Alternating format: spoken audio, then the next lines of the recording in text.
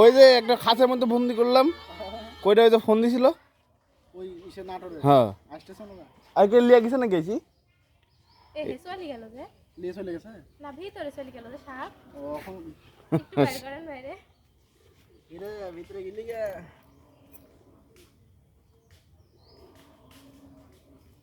এটা গোমা সাপ না? হ্যাঁ ভাই এটা গোমা কোনা দেখিছ না হ্যাঁ হ্যাঁ গোমা সাপ আর কোনা থাকে ব্যাগটা সরান দিই এই তুই কত তো ছাগল চুপ থাক আগের বাচ্চা ধরতে বলে যাচ্ছি সকালে বাঘ না বাঘ ঢাকার মতো যেটা এই খড়ির তলে ছিল যা